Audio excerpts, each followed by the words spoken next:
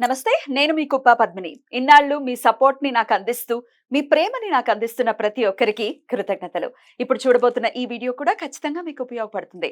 Like, share and subscribe చేసి మీ ఇష్టాన్ని, అలాగే మీ సపోర్ట్‌ని నాకందించండి. అలాగే ఈ వీడియో పట్ల మీ అభిప్రాయాన్ని కామెంట్ సెక్షన్‌లో కామెంట్ చేసి నాకు తెలియజేయండి.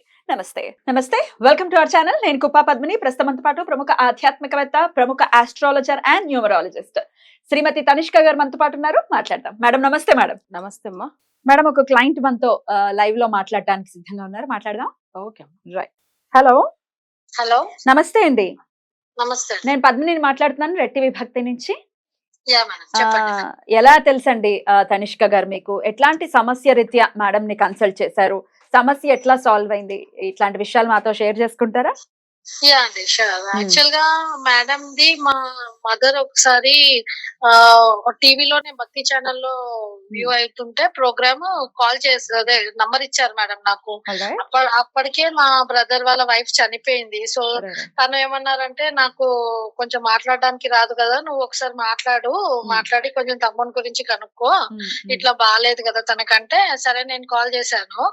కాల్ చేసి కనుక్కుంటే తను రెమెడీ చెప్పారు. మేడం ఇలా ఇలా చేస్తే బాగుంటది, మీ తమ్ముడికి సెట్ అవుతుంది మ్యారేజ్. తను ఫస్ట్ విల్లింగ్ లో లేకుండా మళ్ళీ మ్యారేజ్ చేస్తాము అని అంటే కూడా, బట్ తను మళ్ళీ కాల్ చేస్తే రెమెడీ చెప్తే చేశాడు మా అప్పటికి తమ్ముడు. పిల్లలు ఉన్నారా మీ తమ్ముడికి?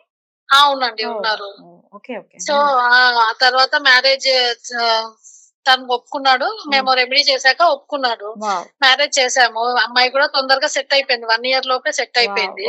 సో మ్యారేజ్ చేసాము. ఇప్పుడు వాళ్ళు హ్యాపీగా ఉన్నారు. అమ్మాయి వచ్చిన అమ్మాయి కూడా పిల్లల్ని బాగా చూసుకుంటుంది. Very good very good. ఇప్పుడైతే అంతా ఓకే మేడం. మళ్ళీ తర్వాత మా మదర్ కి సిక్ అయింది బాగా. అసలు నించోడానికే ఓపిక లేకుండే.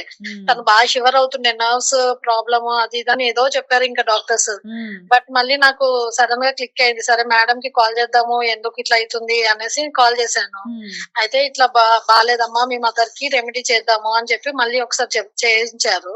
సరే అని అప్పుడు మళ్ళీ చేశాక మా మమ్మీ అయితే ఇప్పటి వరకు అయితే షీఈ్ వెరీ ఫైన్ మేడం. ఇప్పటి వరకు మళ్ళీ అట్లాంటి ప్రాబ్లం అయితే రాలేదు. అదైతే చాలా హ్యాపీ నాకైతే. ఎందుకంటే మెయిన్ గా మదర్ గురించి బ్రదర్ గురించి అయితే నేను చేయించాను మేడం. కానీ నాకైతే రిజల్ట్ బాగుంది. Very good very good very good. ఇప్పుడు ఆ అమ్మాయి మళ్ళీ పెళ్లి చేసుకున్న అమ్మాయి అబ్బాయితో చక్కగా హ్యాపీగా చాలా బాగున్నారు మేడం. ముగ్గురు పిల్లల్ని చూసుకుంటుంది, మా మదర్ ని బాగా చూసుకుంటుంది, మళ్ళీ బ్రదర్ తో కూడా బాగుంది. ఏ ప్రాబ్లం అయితే ఆడపడుచు ఇలా చెప్పటం నిజంగా చాలా చాలా ఆనందం అండి. అంటే ఏదైనా సరే ఓపెన్ గా ఫ్యాక్ట్ ఉన్నట్టు చెప్పేస్తే వేరే వాళ్ళకి కూడా కొంచెం హెల్ప్ అవుతుంది కదా. Correct correct. అదే అందుకోసమే. మీ ఫ్రెండ్స్ కి ఎవరికైనా సజెస్ట్ చేశారా మేడం పేరు ఏదైనా సమస్య? చెప్పాను మేడం. మా సిస్టర్ వాళ్ళు కూడా చెప్పాను వాళ్ళకి. మా సిస్టర్స్ వాళ్ళ ఫ్రెండ్స్ కూడా చెప్పారు.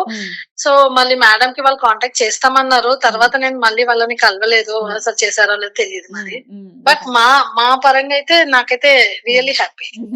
మీరు ఇంకొక 10 మందికి చెప్పే అవకాశం ఉంటుందా మేడం ని కన్సల్ట్ చేయండి అని? చెప్తాను మేడం, 100% చెప్తాను. ఎందుకంటే వాళ్ళు చేసే రెమెడీ ఏమంతా మనకి ఈ అంటే ఎక్కువ స్ట్రెయిన్ ఏమి ఉండదు. వాళ్ళే చేస్తారు. వాళ్ళు చేసి మనం మొక్కోమని చెప్తారు. ఇంట్లో మనం పాటించాల్సింది ఏదో 1 week పూజ చేసుకోవాలి, అది చేయాలని చెప్తారు. చెప్తే వాళ్ళు చెప్పినట్టు చేస్తే సరిపోతుంది మేడం. బాగుంటుంది. నాకైతే మంచి పాజిటివ్ రెస్పాన్స్ అయితే ఉంది. Very good very good. చాలా చాలా సంతోషం అండి. ఎప్పుడు మీరందరూ ఇలా సంతోషంగా ఉండాలని మనస్ఫూర్తిగా కోరుకుంటున్నాను. అలాగే అడిగిన వెంటనే మీరు మీ ఎక్స్పీరియన్స్ ని మాతో షేర్ చేసుకోవడానికి సిద్ధపడ్డారు. ఐఎమ్ వెరీ హ్యాపీ అండి. Thank you so very much. Genuine గా ఉంది మేడం. Thank you. ఎందుకంటే దాని గురించి జెన్యూన్ గా చెప్పడం నాకు హ్యాపీ. ఎందుకంటే వేరే వాళ్ళకు కూడా హెల్ప్ అవుతుంది కదా. True. Definitely definitely. Thank you అండి. Thank you so much. నమస్తే. Thank you madam. నమస్తే. Beautiful beautiful. అంటే జెన్యూన్ గా ఉన్నారు. ఈ అమ్మాయి కూడా నన్ను చూడలేదు, కానీ వాళ్ళ మదర్ నా నంబర్ ఇచ్చున్నారు వాళ్ళకి. సో తర్వాత ఈ అపాయింట్మెంట్ తీసుకుని మాట్లాడారు. ఎందుకంటే వాళ్ళ మదర్ చాలా డిప్రెషన్ లో ఉన్నారు, మాట్లాడలేకుండా పోయారు. అంటే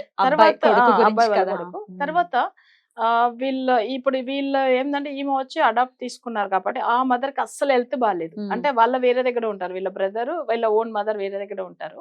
అసలు వీళ్ళు ఈమె ఎక్కడైతే ఉంటారో వాళ్ళ మదర్ ఈమెనే చూసుకుంటది. అంటే వీళ్ళ పిన్ని ఏమో వాళ్ళు ఈమెని తీసుకుని సో అడాప్ట్ తీసుకుని అప్పుడు అయితే ఈమె బయట వేరే దగ్గర ఉంటారు. వీళ్ళ మదర్ కి హెల్త్ బాగాలేదు.